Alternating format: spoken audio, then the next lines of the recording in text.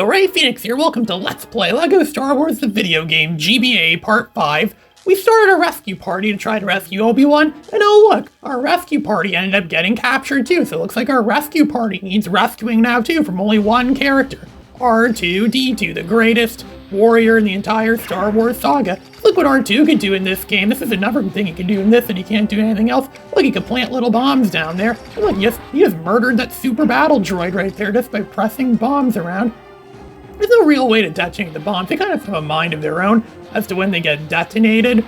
But it's still pretty cool that you can actually kill enemies, which is something you can't do in the console version. Like we could go and that TC-14 droid gave us that booster so we could fly over here to go rescue our friends. Look, there's some Geonosians there. I'm just gonna make them walk onto my landmine I just placed there. And look at that, they just got killed. It's actually kind of fun and rewarding almost. Almost makes me feel like I'm Bomberman or something like that, just waltzing around here and dropping little bombs around. And look at that, both of those super battle droids died.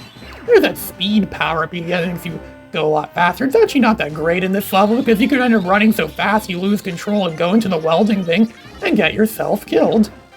Remember, Anakin's lightsaber stopped working when it got all welded up in there. But that's not the case in this game. This time around, we're actually doing something that actually happened in the movies, where Anakin, Padme, and R2 are going to rescue Obi-Wan, and we're pretty much going back to pretty much the same level we were in before, but this time we're actually playing as Anakin.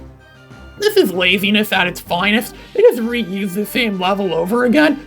It's like they had to put at least 3 levels into this version, into this Star Wars Episode 2. I'd have at least 3 levels. They couldn't think of anything, so they thought, I'll just reuse the same level more than once. They could have done stuff that was much more innovative, but no, they just did it like this. And yeah, Star Wars Episode 2 has only 3 levels in this game, which is the least amount of levels in any LEGO Star Wars game ever, for an episode, or a specific particular episode.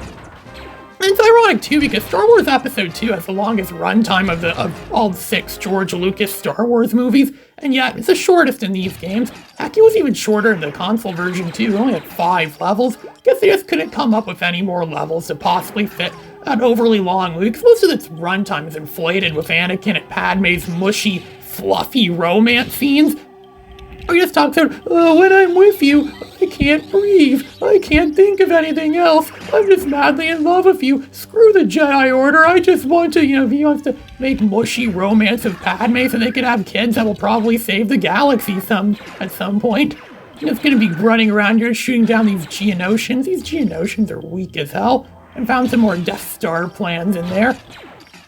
They go over here and trash out their factory and destroy what comes over here. Yeah, this version of Episode 2 omits way too much from the original movie. Jango Fett's completely absent in this, and then the sad thing is, there's no Jedi battle in this either. Wasn't there a big battle on Geonosis where the Jedi have to fight against the Separatists? This game seems to forget that happened. And there's also no clones in this episode either. What? Why is it called Attack of the Clones and there's no clones in it? On the splash screen, on that screen that showed Star Wars Episode 2, the poster for Episode 2, it clearly showed some clone troopers on that screen. And yet there's no clones at all. So how is this Attack of the Clones? This isn't Attack of the Clones. This is Attack of the Laziness. Star Wars Episode 2, Attack of the Laziness. When lazy ideas are put into effect, this is what you get, the lazy poor man's version of Star Wars Episode 2. Most people say that Star Wars Episode 2 in general is one of the worst things to ever exist. An example of laziness, George Lucas being lazy. I'm just trying to get other people to come up with mushy ideas or his mushy movie. I mean, I kind of like it as a movie. I think it's a pretty decent movie. I wouldn't say it's bad, but a lot of people seem to hate it. And I kind of get why people hate it so much.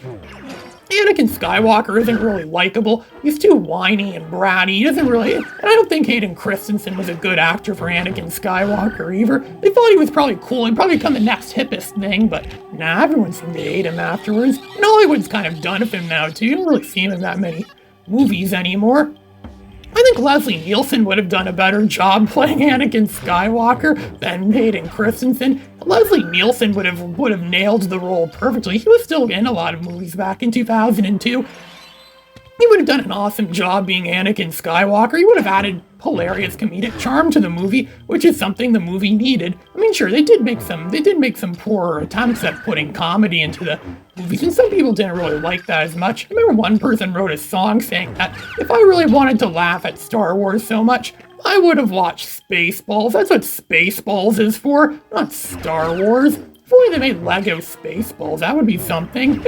Lego Spaceballs game. Maybe that's what this is supposed to be. Maybe it feels more like a Spaceballs game sometimes, considering how little this has to do with Star Wars in general. Almost like movie-based games that have nothing really to do with the movie they're supposedly based on.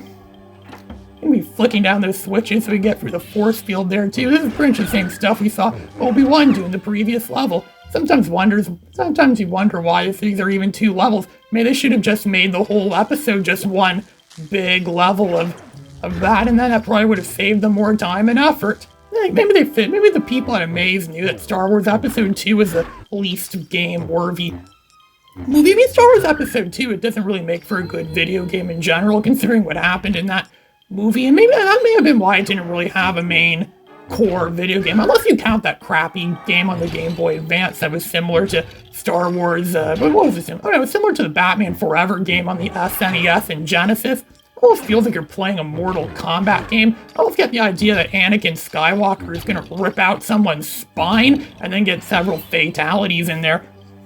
All Mortal Kombat style. It was a really horrid game. I mean, some people would ask, where does this game rank among other Star Wars games in general? Well, it's definitely not one of the worst Star Wars games ever. Oh boy, no, it's definitely not one of the worst Star Wars games ever made. But it's also not really one of the best games either. That's not really surprising. And yeah, sure, this game's a lot better than Star Wars Episode 2, the game for Game Boy Advance. That game's a load of crap. And there was also the Star Wars New Droid Army. This game's a lot better than that too. It's better than Star Wars Flight of the Falcon, which is just way too ambitious of a game, I think, for Game Boy Advance. It's almost like a Rogue Squadron game, almost, or a Star Fox game, but it's for the Game Boy Advance. Yeah, I think there was a pretty good reason why there wasn't a Star Fox game on the Game Boy Advance. I think that was the Game Boy Advance isn't really designed for like 3D games like of that sort.